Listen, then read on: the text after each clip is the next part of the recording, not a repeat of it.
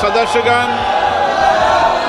मैं पुनः आपसे आग्रह कर रहा हूं कि प्रश्नकाल महत्वपूर्ण समय होता है, आप सदन को चलने दें। ये आपका नारेबाजी करना संसदीय परंपराओं के अनुरूप नहीं है और नियोजित तरीके से आप सदन रोज स्थगित कराते हैं। देश की जनता इसको देख रही है। मैं पुनः आग्रह कर रहा हूं, महत्वपूर्ण प्रश्नकाल है, अपने अपनी सीट पर जाके विराजे और ये नियोजित सदन बाधित करने की जिम्मेदारी आपकी होगी। Question number 282 Shri CM Ramesh. माननीय मंत्री जी। अध्यक्ष महोदय, जवाब पटल पर रख दिया गया है। Question number 283 Shri Janardan Singh Sigriwal. जनार्दन सिंह सिग्रीवाल। माननीय मंत्री जी। जवाब पटल पर रख दिया गया है। लाओ Shri Krishna. Thank you very much, sir. Recently, in Andhra Pradesh, under the leadership of Honorable Prime Minister Narendra Modi ji and under the leadership of Honorable Chief Minister Chandrababu Naidu ji, there's a Yoga Divas that has happened, sir. Huge turnout has come out. Almost 3 lakh people has appeared for that Yoga Divas, sir. But, sir, my question is regarding the Ayush treatment, especially via dedicated facilities. The state's infrastructure is limited to just 2 50-bedded integrated Ayush hospitals under the construction in Kakinada and Visakhapatnam. A state like that, only 2 50-bedded hospitals are there, sir. So there is a requirement of Ayush 50-bedded hospital even in Rayalaseema also, even in Palnadu also, in a backward place like Palnadu also. So I request the minister if there is any proposal to extend these Ayush 50-bedded hospitals in Rayalaseema as well as in backward areas of Palnadu and even Ongolu, a backward district also, sir. Thank you very much. अध्यक्ष महोदय, आंध्र प्रदेश में स्वास्थ्य और परिवार कल्याण मंत्रालय के माध्यम से जो प्रश्न यहाँ पर पूछा गया है, उसमें एनएचएम के माध्यम से यहाँ पर जो काम किए जाते हैं 60-40 के रेशियो में काम किए जाते हैं। आंध्र प्रदेश का जो वित्तीय आवंटन है स्वास्थ्य विभाग के माध्यम से 2013-14 में पूरे देश के लिए जो 36,000 करोड़ था, उसमें से जो गतिविधियाँ, एक मिनट, तो प्रश्न का जरा समझ में नहीं है कि आपको क्या पूछना चाहते जरा नंबर।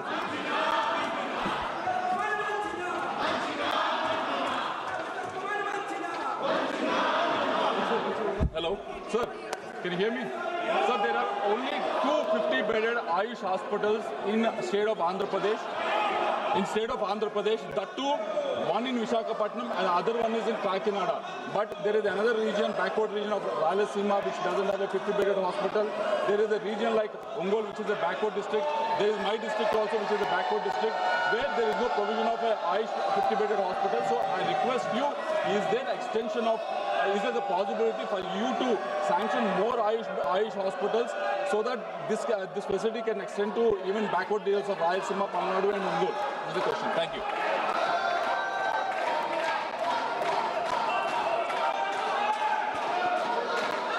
अध्यक्ष महोदय,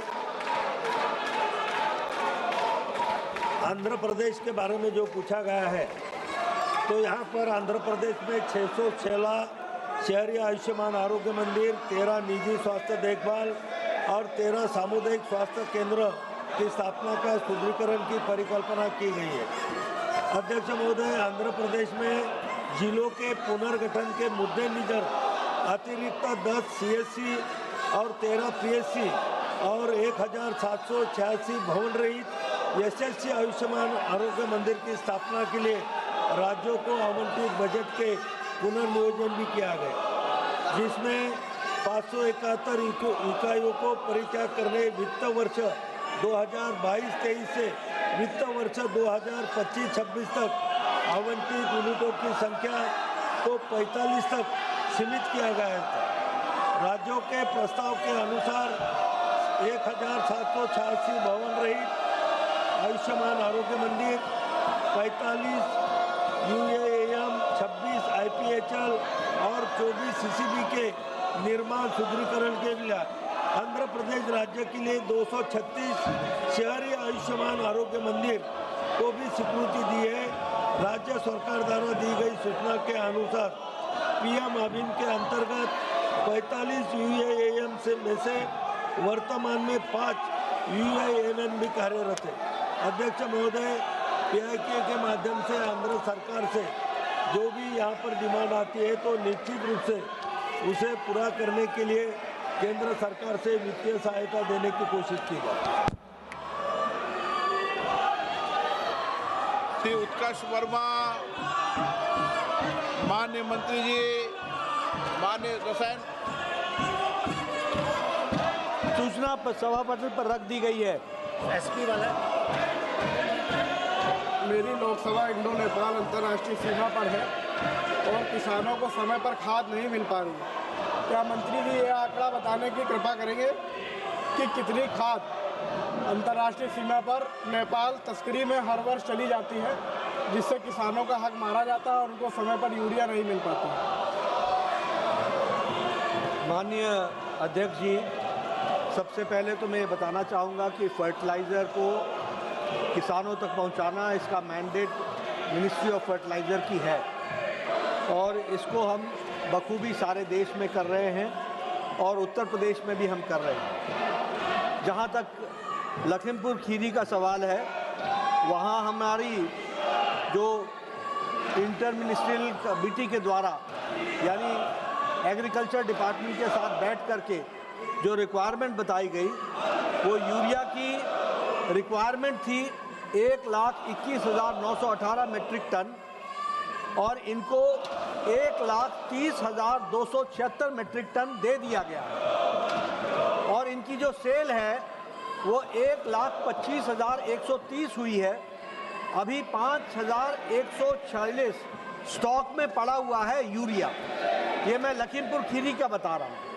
उसी तरीके से डैप जो है डीएपी वो 12,801 इनकी रिक्वायरमेट थी, 14,847 इनको दे दिया गया है और जो सेल हुई है वो 10,662 हुई है, 4,185 ये इनके पास स्टॉक अभी पड़ा हुआ है। एमओपी ने 844 मेट्रिक टन इनको दिया गया है, इनकी रिक्वायरमेंट थी। इनको 2,377 मेट्रिक टन दिया गया है, जिसमें से इनका सेल सिर्फ 1,839 मेट्रिक टन हुआ है। 538 मेट्रिक टन इनके पास पड़ा हुआ है लखीमपुर खीरी में। जहां तक लखीमपुर खीरी का सवाल है, बॉर्डर डिस्ट्रिक्ट है और ये प्रदेश की जिम्मेवारी है कि वो बॉर्डर डिस्ट्रिक्ट पर होर्डिंग को रोके और स्मगलिंग को रोके और ये रोकने की जिम्मेवारी प्रदेश सरकार की है। और इसमें जो हमारा है वो एसेंशियल कमोडिटी एक्ट ऑफ 1955 ये आता है और इसमें फर्टिलाइज़र कंट्रोल ऑर्डर 1985 के तहत इसको रोकना और किसानों तक पहुंचाना इसकी जिम्मेवारी प्रदेश सरकार की है और स्टेट गवर्नमेंट्स को पूरी ताकत दी गई है कि वो स्मगलिंग को रोके। मैं यहाँ ये भी बताना चाहूँगा कि जहाँ तक एक्शन का सवाल है, ब्लैक मार्केटिंग के 140 केसेस नोट हुए हैं, होर्डिंग के 5 केसेस, सब स्टैंडर्ड के 24 केसेस, डाइवर्जन के 41 केसेस इस तरीके से ब्लैक मार्केटिंग के हुए हैं। और इसमें जो एक्शन हुआ है, number of licence cancelled and suspended black marketing में 2,695, होर्डिंग में 62, सब स्टैंडर्ड में 106, डाइवर्जन में 294, टोटल 3,157 केसेस पर लाइसेंस कैंसिल हुए हैं या सस्पेंड हुए हैं। शो कॉज नोटिस जो है वो ब्लैक मार्केटिंग पर 2811, होर्डिंग पर 391, सब स्टैंडर्ड पर 1351, डाइवर्जन पर 1442 और टोटल शो कॉज नोटिस 5,995 यानी 6,000 के आसपास हुआ है। इस तरीके से इंस्पेक्शन जो है वो 1,58,128 इंस्पेक्शन हुए हैं। तो अध्यक्ष महोदय, हमारी कोशिश है कि हम स्मगलिंग को, डाइवर्जन को, सब स्टैंडर्ड को और होर्डिंग को बखूबी रोकें, और इस काम में उत्तर प्रदेश सरकार बहुत तत्परता से काम कर रही है। क्या सरकार की भविष्य में योजना है कि किसानों की सब्सिडी डायरेक्ट उनके खातों में दी जाए?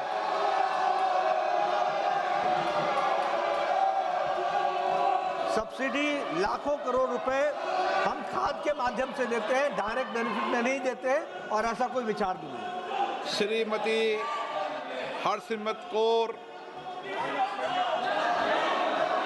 जी सर, मैं आपके माध्यम से माननीय मंत्री जी से पूछना चाहूँगी कि लगातार पंजाब में हर एक सीज़न में डीएपी की इतनी बड़ी शॉर्टेज भी आती है और ब्लैक मार्केटिंग ऐसे होती है कि एक डीएपी के बैग के लिए जो 1350 रुपये का होना पड़ता है, तो उनको ज़बरदस्ती 3000 तक का दूसरा सामान भी खरीदवाया जाता है जो डीएपी चाहिए। तो माननीय मंत्री जी बताएंगे कि पिछले 3 साल से 5.5 लाख मेट्रिक टन जो एलोकेशन है पंजाब की, वो कितना उसके अगेंस्ट एलोकेट किया है केंद्र ने, और जो शॉर्टेज रही है उसकी भरपाई के लिए क्या किया है। और इसी के साथ मेरा सवाल जुड़ा है कि डीएपी की जगह जो एनपीके बेचा जाता है किसानों को एज अ सब्स्टिट्यूट, जो 1720 रुपये का है, क्या आप उसमें कोई सब्सिडी ज़्यादा कम करेंगे? क्योंकि अब चाइना ने जब एक्सपोर्ट बंद कर दिया है, अपने पॉलिसी बदल दिया है, जिस करके डीएपी की शॉर्टेज हो रही है, तो किसान डीएपी ना मिलने करके उसके ऊपर शोषण ना किया जाए, ब्लैक में उसको ना खरीदना पड़े, इसके बारे में आप क्या कर रहे हैं? क्योंकि आपके रिप्लाई ने बोला है कि ब्लैक मार्केटिंग में पंजाब में 2323 रेड्स हुए, लेकिन एफआईआर एक भी नहीं फाइल हुआ, जब मेरी अपनी कॉन्स्टिट्यूंसी में हर एक सेलर जबरदस्ती ब्लैक मार्केटिंग करके किसानों से पैसा वसूली कर रहा था जब डीएपी की जरूरत थी। Sir, this question pertains to Uttar Pradesh, Lakhimpur Kheri. This question does not pertain to Punjab. If a separate question is we will certainly answer it. 85 Shri Jugal Kishore. माननीय मंत्री जी।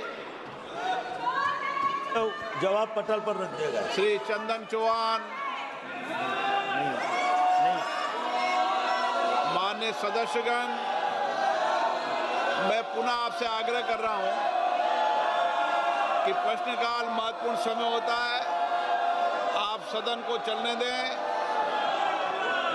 ये आपका नारेबाजी करना संसदीय परंपराओं के अनुरूप नहीं है, और नियोजित तरीके से आप सदन रोज स्थगित कराते हैं। देश की जनता इसको देख रही है। मैं पुनः आग्रह कर रहा हूं, महत्वपूर्ण प्रश्नकाल है, अपने अपनी सीट पर जाके विराजे, और ये नियोजित सदन बाधित करने की जिम्मेदारी आपकी होगी। देश देख रहा है इस बात को लेकर। सदन की कार्रवाई आज 12 बजे तक के लिए स्थगित की जाती है।